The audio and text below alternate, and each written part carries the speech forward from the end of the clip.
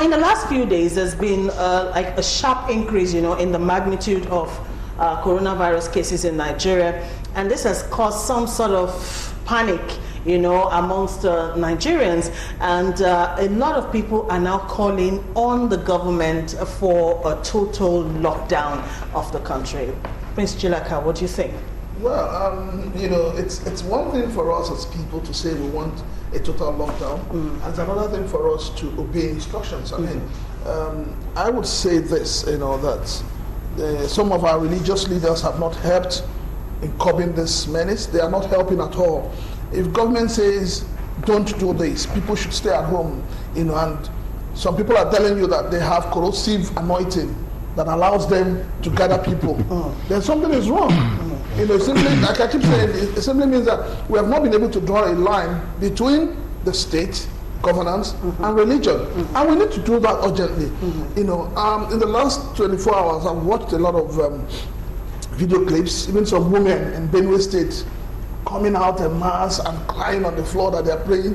I don't understand. I don't understand how, you know, how some of us take things to the extreme.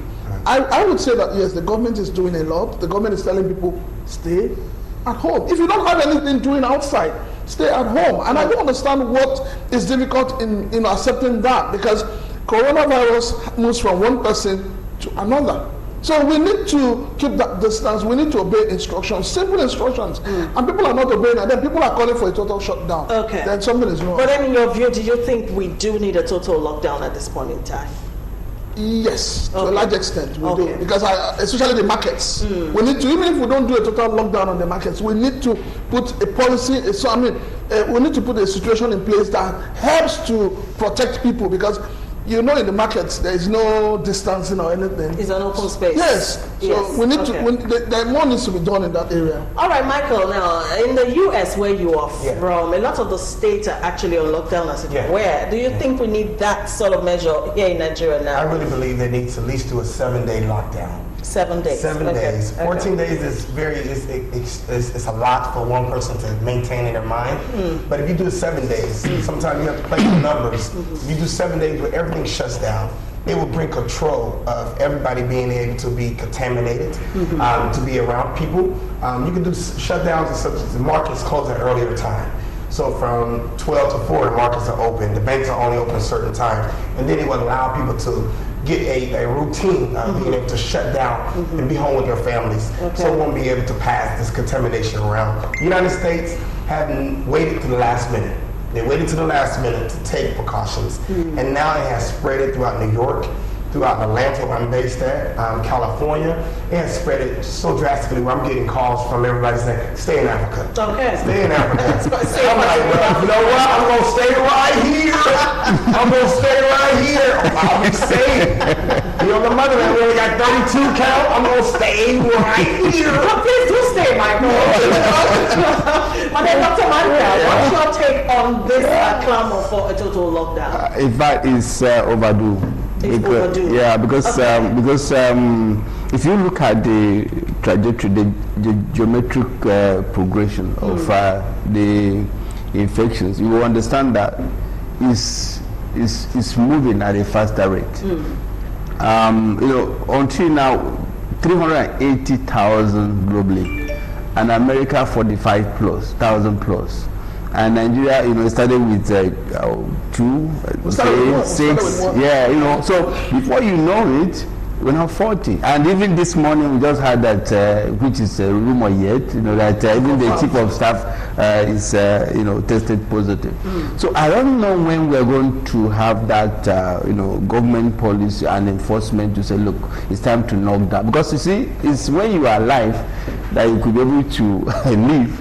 Because when you're not alive, how can you even go out anywhere? I think, given, like he said, we may not take 14 days, may take 7 or 10 days, because of the peculiarity in this country. Because if you leave a family who is fending for himself or for the family for 14 days, could affect entire especially when we have people running like a daily economy. So it's going to be very, very devastating. Very tough. Very tough for them. All right. Okay, so we'll come back to to the issue of the lockdown, since you brought religion into this, maybe we should go that way for a bit. Now, the Christian Association of Nigeria, CAN, the Taraba State Chapter, and also the Muslim Council have declared a 3-day period of prayer and fasting against coronavirus. Now, the prayers and fasting are to be held simultaneously with the Muslim Council for God to stop the spread of the virus. According to the Christian Association of Nigeria, the prayers and fasting have actually commenced since yesterday, Monday, and will end tomorrow, Wednesday. Christians are enjoined to pray for their states in particular and Nigeria in general to come out of the challenges. Also, a particular video of a pastor called Toknadu has been trending online.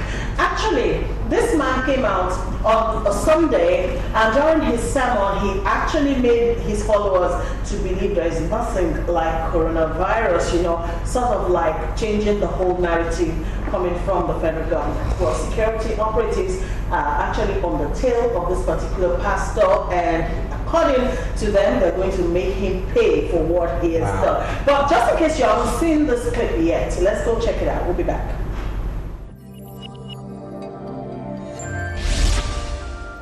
Many people are afraid of coronavirus. Many pastors and bishops are changing their prayer points. Special prayer sections are being held these days for coronavirus. I want to tell us that that thing is not in Nigeria.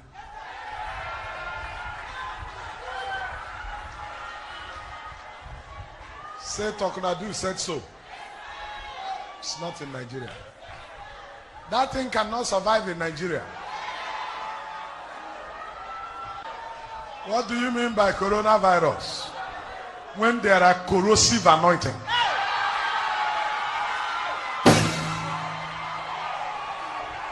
Can't survive here. I don't know about other places. There is no coronavirus here.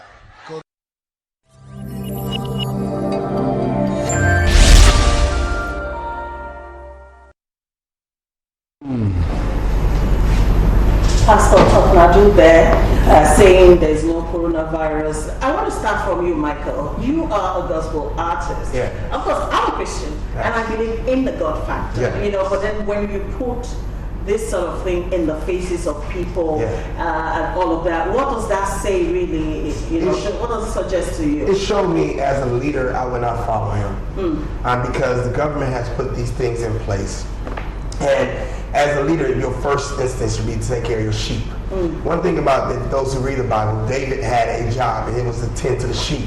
Even when the lion came and the bear came, David did not uphold his post. He knew that he had an office to maintain. Even when the prophet came to his house and knowing his other 6 brothers, he did not leave his post when his daddy didn't know where he's at. As a pastor, you must be able to guard your sheep, protect your sheep, understanding that's the first fruit, because if your sheep die, if they are taken by this coronavirus, you have no other ministry. You have nothing to do. As a leader, he is wrong because the government is the law of the land. And they literally said, shut down anything more than 50. Then it went down to 20 because they see something that he may not be able to see. The supernatural and science is totally different. And we're living in a time where the wisdom of God is also in science. It's also in what our systems have put in place that said that there is something that is contaminating to the body of Christ, to the body of our Muslim brothers, our Catholic brothers and sisters, our Buddhist brothers. It has now reached a global epidemic. Exactly. And I think that this pastor is a man of massive faith. But there's a difference between faith and reality. You cannot live in the supernatural where you are so heavily bound and no earthly good. I think that he is so heavily bound and he lost touch of the earth. All right, so what we're seeing right now is a clash of science and religion. And really, there should be a cohesion between both, exactly, particularly at the time that exactly to say. Okay. Patience, I don't know how many of us have had the opportunity to watch the movie called The Guyana Tragedy, Jim Jones, a few years back. What this pastor Toknadu or whatever it's called is doing is exactly what the pastor did then. he got people to a point where he became an authority himself. He became like the Bible himself. And whatever he says is what people, do. It's unfortunate that each time we talk about men of God, we still have people who do not understand what the calling really is. Because if you read the Bible, you also find out that Jesus was one man who obeyed constituted authority. He paid tax. He said, give to Caesar what is to Caesar, and give to God what is to God. So I do not understand why somebody who is within a framework of governance, where there are rules and regulations, and you think you have every right to disobey. Now, let us even look at this whole thing where it started. If you remember, on the 23rd of February this year, Italy had just 5 cases. And then the government came out and called for, shut down, people should start. People refused. 30 days after, Italy has gone to about 60-something thousand. Out of that 60-something thousand, we have almost 6,000 deaths, 6,077 deaths.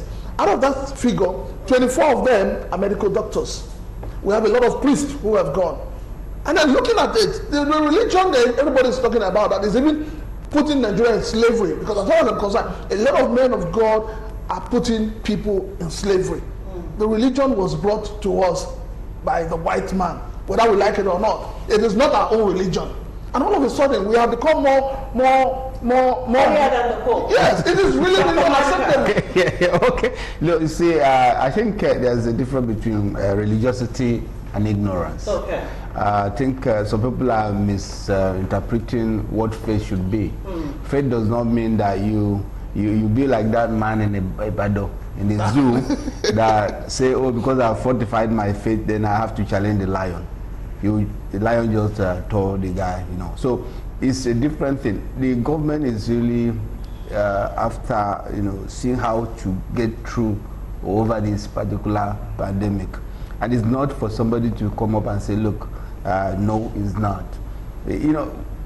Like he said, religion in Nigeria has beclouded our senses.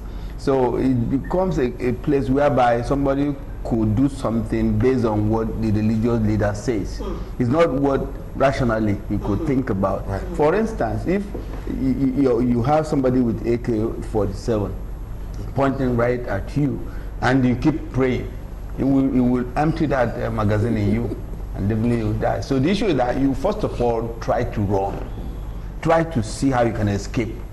And it's when you escape, you say, oh, Father, thank you that I escaped. So the issue this man is, I think he's trying to go against the government laws. Just like he said, there's a way the government is, and there's a way the spiritual operates.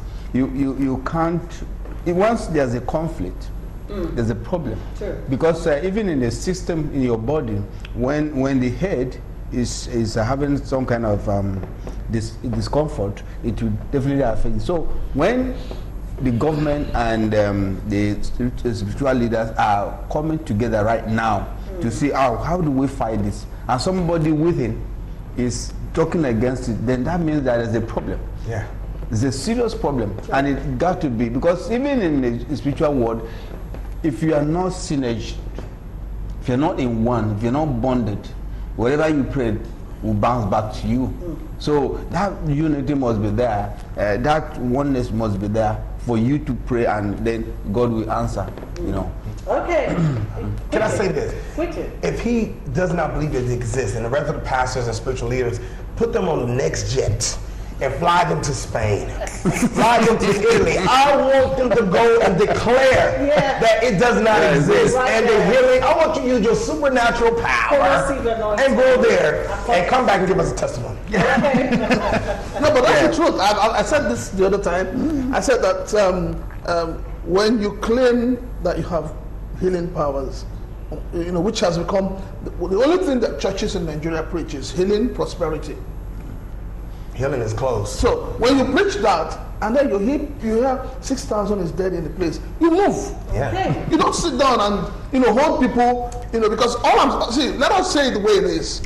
The problem with the church in Nigeria is that it has become monetized. It's all about money, tithe, offering. That is all. And this coronavirus has brought to bear the really foundation of our spirituality. Thank you. Because I was thinking before, when we pray, when we bind, when we speak and cast, it will. You know, none of them had a clue of what is happening. Yeah. That means there's a spiritual blindness. Because spiritual blindness is a place where in a whole city, there's no prophet that could foresee what happened. I remember those days when Jeremiah used to prophesy, so look, this is going to happen, this is going to happen. So does it mean that within this faith, all these mega churches, all these prophets they call themselves, none of them could foresee it? He just said the other day, I had Deborah say that God showed him this, that he was afraid. One second. When we have our political prophesizing pastors. We need to go on a commercial break. Okay. Meanwhile, the Lagos State Police Command yesterday said 3 pastors were arrested but later released with strict warnings for allegedly conducting church services in defiance to the Lagos State government's order.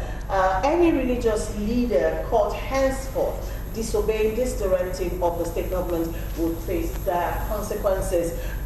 Quickly, let's see if we can take 1 or 2 reactions before we take that break. St. Peter's on WhatsApp says, Nigeria is not that kind of country that will operate on a total lockdown, because if it happens for a full week, the death due to hunger alone will be 50% more than the death of COVID-19 itself. Yeah, exactly. All the need is to enforce rules on things. All right, we're going to take a commercial break quickly. When we come back, the wife to the President of the Federal Republic of Nigeria, AISHA BUHARI, also calls for total lockdown. ZAMFARA State, Niger State, also on lockdown, including Kaduna State. And when we come back, we'll be looking at how lawmakers have been disobeying the law, as it were. We'll be right back.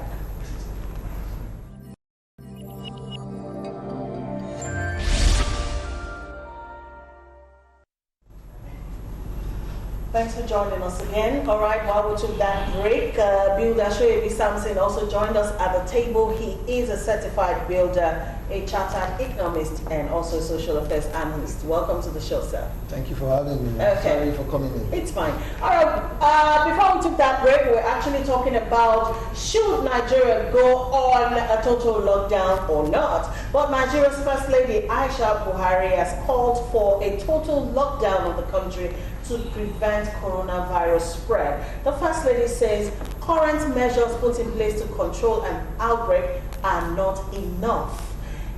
In her words, I quote, "It is commendable that state governors have closed down schools. However, this could be counterproductive if parents are still going to work. We should not isolate students and expose their parents. Let us remember that they will meet at home." Hashtag total lockdown, hashtag stay at home. And now let's go to some states that actually locked down their state for fears of coronavirus spreading. We're starting from the Sultan of Sokoto, Alhaji Muhammad Saad Abubakar. He has called for the closure of all mosques in Abuja, the nation's capital, as a way of stemming the steady spread of the coronavirus pandemic among the Muslim faithfuls during prayers. While describing the decision as hard, he said Muslims should see it as necessary and join hands with the federal government and its agencies in the sustained fight against the spread of COVID-19. Also, the Chief Justice of Nigeria, Tanko Muhammad, has ordered the suspension of all court sittings except in matters that are urgent for the next 14 days. The CJS directive was contained in a communique issued yesterday. The communique stated that the move is to protect justices, judges, and staff of courts nationwide. All land borders in the country have now been closed due to a directive by the federal government. The Buhari administration has also suspended its weekly Federal Executive Council meeting indefinitely. Now let's go to Zamfara State, as Governor Bello MATAWALLE has shut down all government offices, ministries, departments, and agencies across the state. The State Commissioner of Police also banned all gatherings of more than 20 people across the state in an effort to contain the spread of the pandemic coronavirus in Zamfara state. Governor Nasser El-Rufai of Kaduna State has announced a partial lockdown in Kaduna. The governor ordered all civil servants to stay at home for 30 days. El-Rufai, however, said only food, medicine sellers would be allowed in market. The governor said that the directive became necessary to prevent the spread of coronavirus, and he pointed out that his government would not hesitate to enforce a total lockdown of the state if the need arises. Meanwhile, human rights lawyer Femi Falana, SAN, has called on Nigeria's leader to declare a state of emergency in Nigeria. He went on to note that since the measures taken by the government are not backed by any law, some highly placed Nigerians, including political and religious leaders, are ignoring the directive, while others take no account out of ignorance. Also, the Niger State government has imposed a curfew of 8 a.m. to 8 p.m. till further notice, and have also closed down all schools in the state. Builder Shoaib, you're just coming in, I'll start with you. Lockdown, shutdown in most states in Nigeria. Do you think this is wise, really? Honestly, looking at China, Spain, Italy, UK, the US, I think the only solution to containing this disease is through lockdown, a total lockdown. I've been advocating for this from last week, and I've been saying that the government of Lagos State actually needs to initiate a total lockdown today. Let me paint it to you. Okay. Let's assume that someone who has this viral disease actually came in through the Murtala Mohammed International Airport. As you're coming in, you have a railing. You know, you're coming in, you have a step. Most times the escalator doesn't work, so there's a railing you need to touch as you're coming in. When you get to the health officials, there is also a railing alignment that you also touch. So even if you had not sat with this person in the plane or in the aircraft, in the course of you coming in, you already had this contact. Unfortunately, this man also has people who came to pick him at the airport. They sit in the same vehicle, he sneezes, everything circulating inside the vehicle. He even sometimes wants to buy something. There is traffic, he wants to buy. He brings out money, he touches the money, pass it on to... reaches out. You understand? So the person who is selling, who collects this money, already has that contact. He's going to transfer that thing. So you are not looking at just people coming in. It's like we are missing it. We think the only point of contact is just through people who are coming in. As they are coming in, they are spreading it all the way. So for you to contain it, you actually need to do a total lockdown at this very point. At least for the next 1 week, 7 days. Let's see what happens. In the next 7 days, you see people. There are a lot of people who already have this disease, and they are hiding away.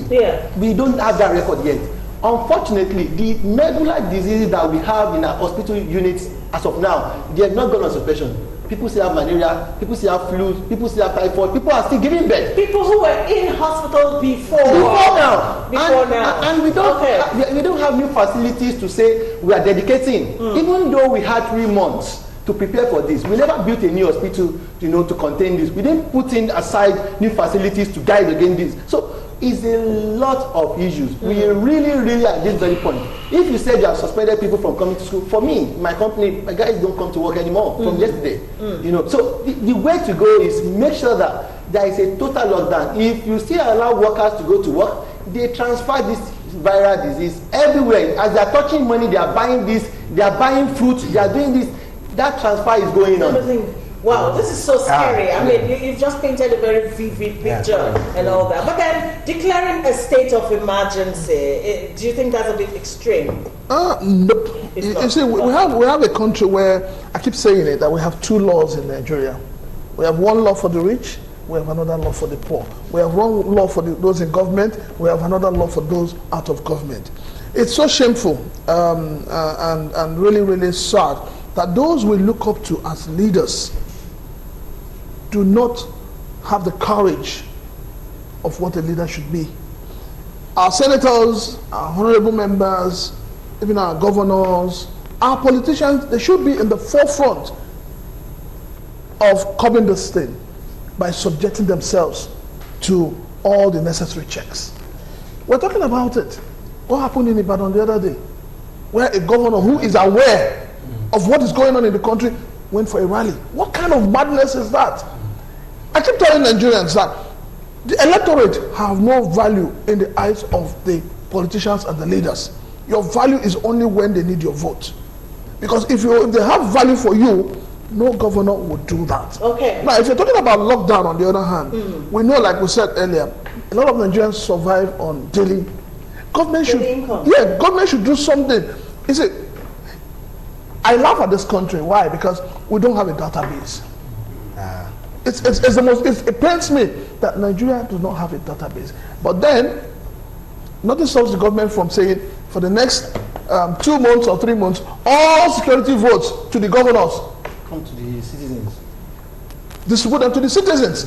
Use the BVM as a standard. It gives instruction to the banks. Maybe 15,000, 20,000, 30,000. Let them do it for the next 2-3 weeks. Because you cannot lock down a system where poverty is ravaging the economy. Exactly. How do you lock down a country where people need to go out and get their food? Okay, now let's leave the issue of food for a bit and even talk about what we're seeing, physically, because people need to actually see things being done to believe that the government is actually working at protecting its citizens. Visuals hit the internet yesterday of how Ghana as a country is actually controlling the spread of coronavirus. I don't think they have as many cases as Nigeria does, but you go on the streets of Ghana and then you see fumigation ongoing on the streets and in the markets. Let's quickly check this out.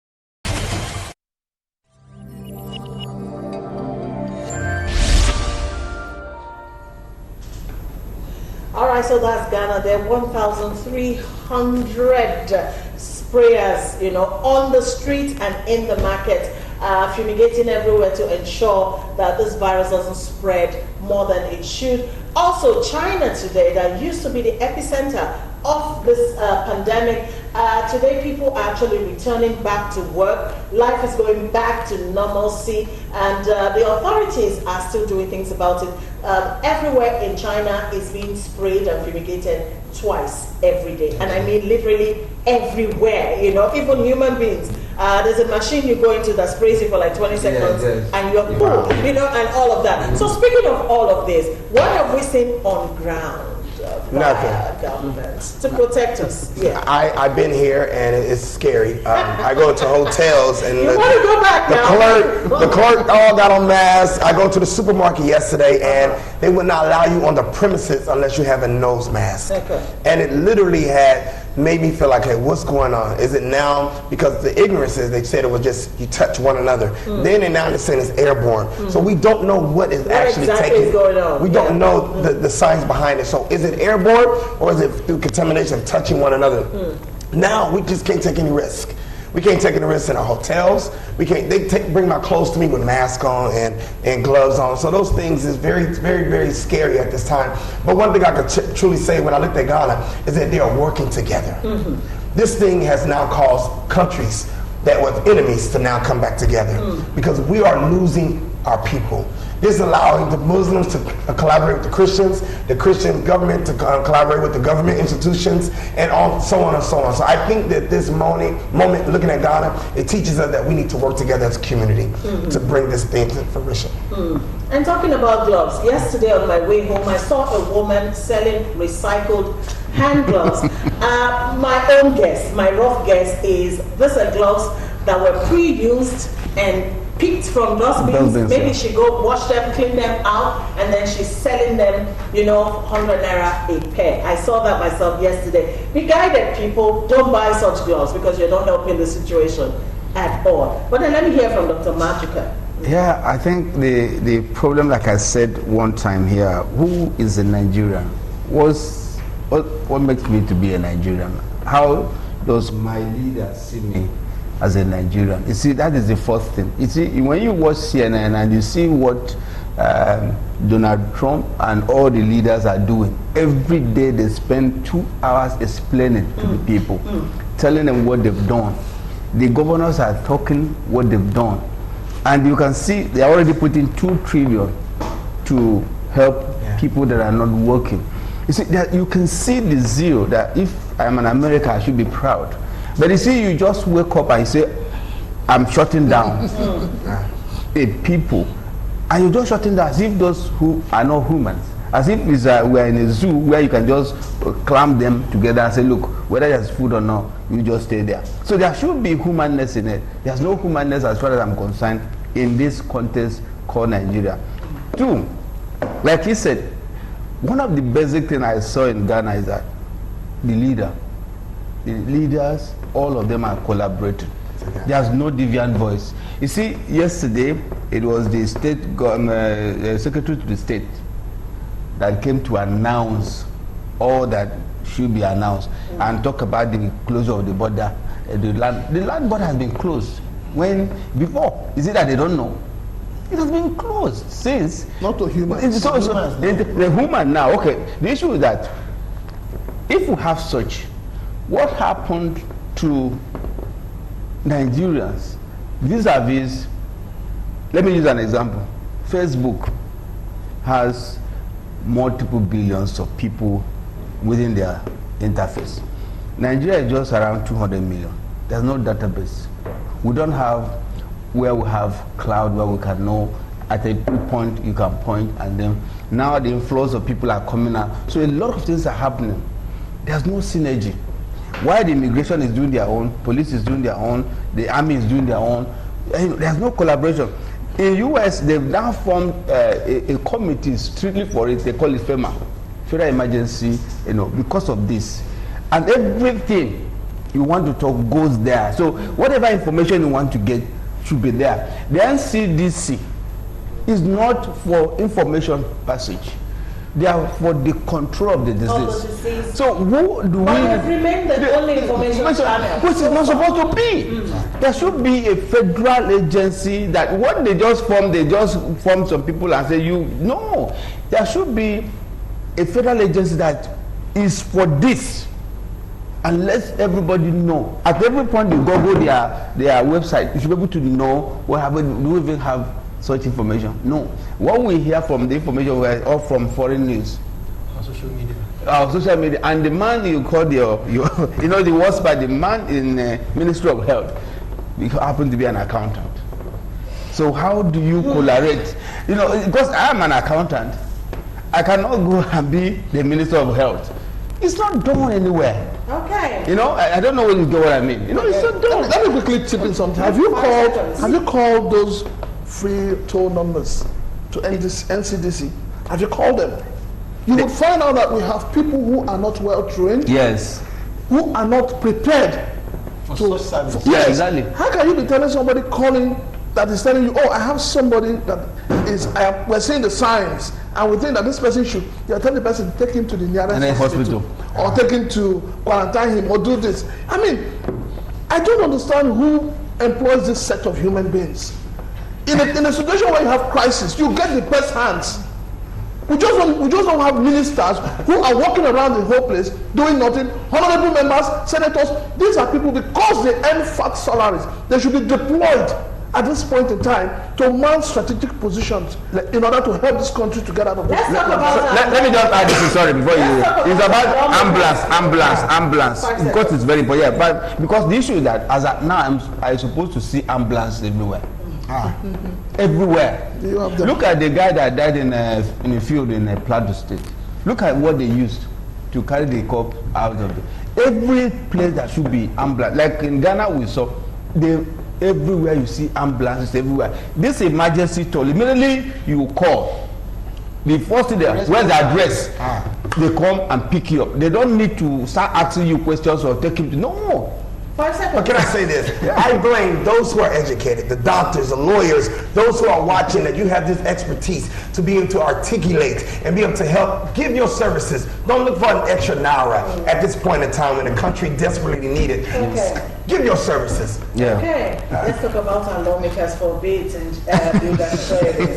Now before we talk about our lawmakers, on Instagram, there's a video. It's funny, but I mean, it does pass a message. A Nigerian bus conductor has devised a means to protect himself and other passengers against coronavirus. The conductor was recorded sanitizing his passengers with dry gin, pouring it into their hands, and also trying in his own little way to educate his passengers about coronavirus. That's what we're talking about. Yeah, exactly. I mean, it might look funny. Yeah. Maybe he can afford a sanitizer, but he's doing something. He's doing something. All right, go check out that video. It's on Instagram. Okay, so now we go to our lawmakers for a bit. The Chief of Staff to the President, Abba Kyari, has raised an alarm to the Speaker of the House of Representatives, Femi Gbajabiamila, over the attitude of lawmakers refusing to undergo screening at the airport while returning from a foreign trip. He said, and I quote, "As you are aware, these airport screenings are our primary line of defense, and refusal by any citizen to subject to these tests is a threat to our nation." The Chief of Staff asked the Speaker of the House of Reps to direct all members of the House of Representatives who returned to Nigeria from foreign trips to report themselves to the nearest NCDC center with immediate effect. Now, I mean, when you read about things like this coming from people who make the law, who know the law themselves, now flaunting the law, so it makes you wonder what exactly they're thinking. We all know that being screened at the airport is essential. Right now, it's almost an abomination for you not to be screened. Before you get into the gate, into my office here, there's a mini kind of screening. Exactly. And all. Why would the lawmaker not want to be screened? Sorry. Why? It comes from this mentality of big manism. These guys made the law. They believe that they are the one behind the screen, and all the instruction of screening is them. And they don't really from the onset believe that this COVID-19 is really, really real. Some of them really believe that it's actually a sensitization or sensational story. They don't believe it. Ordinarily, if they do, they will have been more cautious with their trips abroad. Unfortunately, they do not, and they don't even believe they can actually be exposed to this disease. So, I feel that our leaders and we as citizens should be careful in the course of choosing our leadership. Unfortunately, it's so unfortunate that leadership is supposed to start to show exemplary character, attitude to the citizenry. We are supposed to lead from the front. We are supposed to show sample. I can't be asking people to shut down their organization without me starting first. I shouldn't lead from the front. But unfortunately, you can imagine if our National Assembly senators, honorables are the ones flouting the other. 35 of them. But I do agree with him. But I think there should be a different protocol when it comes to our leaders. Meaning there should be another type of testing done. Because if it get out to the wrong hand, Now Nigeria is at a panic because now the president has coronavirus. You know what I mean? So then who's going to lead the country? Who's going to stand up? Because now everybody's in a panic. Because I believe if they have somebody, if you're a leader, you're coming in town or coming to the country, you should go through another scanning system. So when a PR or their representative can speak that we have now gained control of our leader of the district court, but we can assure you that the country will not be affected. Because if the president was now with CT 919, what happened is it's going to make this whole country panic. No one is going to be able to lead. Who's going to lead if the president?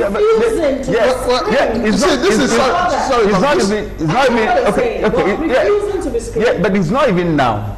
It's all starting from time immemorial when you queue with a leader abroad in the same space. There's nothing. You see them subject themselves to screening and everything. When they get here, they will just move. It's their ace that will go and take their passport and go to immigration and stamp. They don't even stay. You see, the issue is that if what happened in Singapore could happen, where as a lawmaker or as a law enforcer, if you break an offense, if that offense penalty is 4 years, you serve 8 years. Because you're supposed to know what to do. But here, because people are just luxurious, so people can do whatever they do. Especially when you tag that name, a leader, senator, or rep, or honorable. But let's be honest. So this is, let's be honest. You guys know today, all of you are sitting at this table, they get the word that our president have coronavirus 19. How would that make y'all feel as a citizen of Nigeria who's going to lead the country? Tell me what fear you think that this. No. I think you're getting it all wrong. We need to. I like to put things in perspective. Yes, but I like to. I like to put things in perspective. Like Doctor said, we have a problem of leadership in this country. Yes, leadership. Our leaders are not leaders; they are rulers. They are dictators. Both subject themselves. Now let me start from somewhere. An aircraft that is supposed to take off by 6 a.m. The ordinary Nigerians are already seated by 5:45. Because a governor or a senator or a even a local government chairman is coming by 7, that aircraft will not move. That's where it has started. They don't ever follow the queue. They're not even supposed to be on the queue. So as far as they're concerned, they are above the law. They don't realize until the Nigerian leaders begin to realize that sovereignty belongs to the people. And the people must begin to wake up from their slumber and stop voting people that have questionable character into power. Until we do that, nothing will move forward in this country. We're talking about closing down. We're talking about leaders. Which of our leaders, which of these politicians have come out today to donate sanitizers or to even give it out free? When it is a month to the election, they'll start coming out to brown rice, brown tomatoes in their name. Why are they not doing it now? Why are they not doing it now? It is selfishness, it is greed. Our leaders in this country are too selfish. So we must say things the way they are. It's not about Mr. President or anybody, it's just that our leaders are very greedy and selfish. Welcome back. Let's read some messages from viewers. On WhatsApp, we'll start from WhatsApp. Good day, Auntie B. There should be shut down now. The player that died in Nasarawa Stadium, not Jos. Ayodele from Jos sent that one in. This other one says, good afternoon, patients. I support total lockdown with total free food supply to families. God bless Nigeria. This other one says, they are lawbreakers, not lawmakers. Okay, from Alagbole sent that one in. Hi, the buzz. Remind your guests, we still have men of God. I can tell you categorically, I watched a live service program 4.5 years ago where 2 men of God, Nigerians, prophesied accurately this pandemic. And that was after Ebola. But that doesn't mean they should disobey authority. Those who are still holding service can help spread the virus. It is wrong. God will see us through. That one came in from Sonny from Kano State. Tony from Ikeja says it is good to lock down all places to maintain personal health. Please stop calling the line, just send an SMS. Nnamdi Mfenkwe from Akute in Ogun State says, please Let us be truthful to ourselves. Nobody within the country has contacted coronavirus except people coming from outside. So let's stop entrance into the country of both Nigerians and outsiders. And please leave churches and the public alone. Thank you. Okay.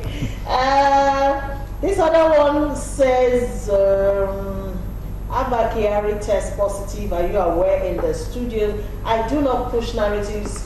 I don't have facts on it, you get what I mean? I'm not 100% sure of that. I saw it, but until we confirm.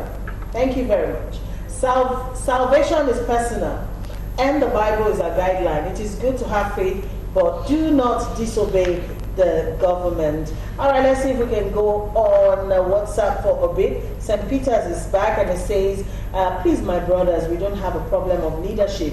Rather, we don't have leaders. I just wish General Sani Abacha was still alive. He would have done justice to them. Okay. Oh, let's leave it here. yeah. Let's talk about you, Michael Stockton. Hey. You are an American entertainer. Yes. There's a shutdown in everything, including in entertainment business. Yes, it is. All right. So, how is that affecting the global space, as it were? You know, talking about the business side of show business, vis-a-vis your fans who need this for emotional healing and all of that. How is all of this really affecting? So I was scheduled to come out with my album live in Ghana in the next few weeks, but my distribution company said put it off. They said because no one is interested in buying music at this time, no one interested in doing tours, so everything is canceled. So those who are looking for employment through their tour artists or whatever have now all been affected. But this is the time for everybody to reflect on what it means to have family values, what it means to treat your neighbor right, love each other, be sensitive to one another, and if nothing else comes good out of this, one thing we can say is that we have now got together and we have built our faith that this too shall pass. For me, I was able to come out with a song, Ike Chineke. Ike Chineke. Ike Chineke. What does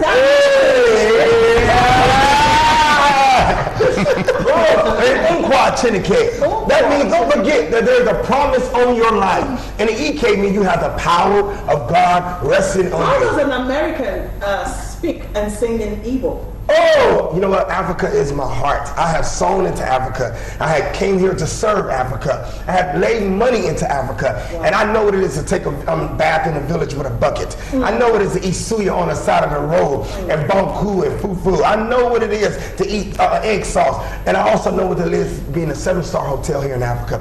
Even the poorest man look like he's rich. So you eat fufu? Yes. And egg sauce. Egg sauce. Yeah. What is that? What is fufu and egg sauce? Egg sauce. I know egg sauce. I don't know. Egg. I don't know how you're going to eat egg sauce. No. You eat fufu with egg sauce. So I know what it is to eat like that. But in the midst of time, God gave me a song called Ike Chineke. And it's to remind everybody who's listening that the power of God is on you. Whatever you speak in the atmosphere, whatever you declare over your house, guess what? That's what you shall obtain. Okay. And I want to build faith in everybody who's watching. Speak that you have life and death in the power of your tongue. Yeah. Interesting. So as it is now, you are more or less you're stuck with us. I'm stuck. I'm you stuck. should have been out of Nigeria. I'm stuck. Okay, so you're stuck. I am stuck. Okay, so are you going to be doing live concerts maybe from your apartment in the hotel? People are doing that, by the way, on the balcony. We should do it. Tomorrow, I'm going to join my brother Prosper, Ikume. So we're going to do a live stream on tomorrow. We're going to do live stream. Now, I'm going to be like the pastors. If y'all want to sow, if y'all want to give money, we can bless somebody else. Some of the poor out there. Okay, I think Nigerians need a lot of this, you know, at this point in time, because people are tensed, people are scared. I was coming to work today, it was like a Christmas holiday. The road was like an Christmas road. I was like, really? Yes. Really? You know, but let's not push the panic button yet, you know. Right.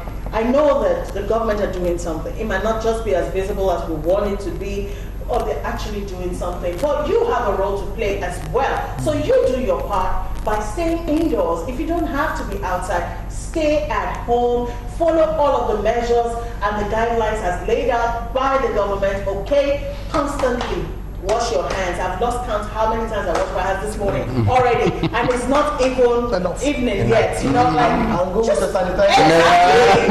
Exactly. So wash your hands, sanitize your hands. You know, try as much as possible not to touch people. I'm a very huggy kind of person, but I haven't hugged in like a week. Even at home? Even at home?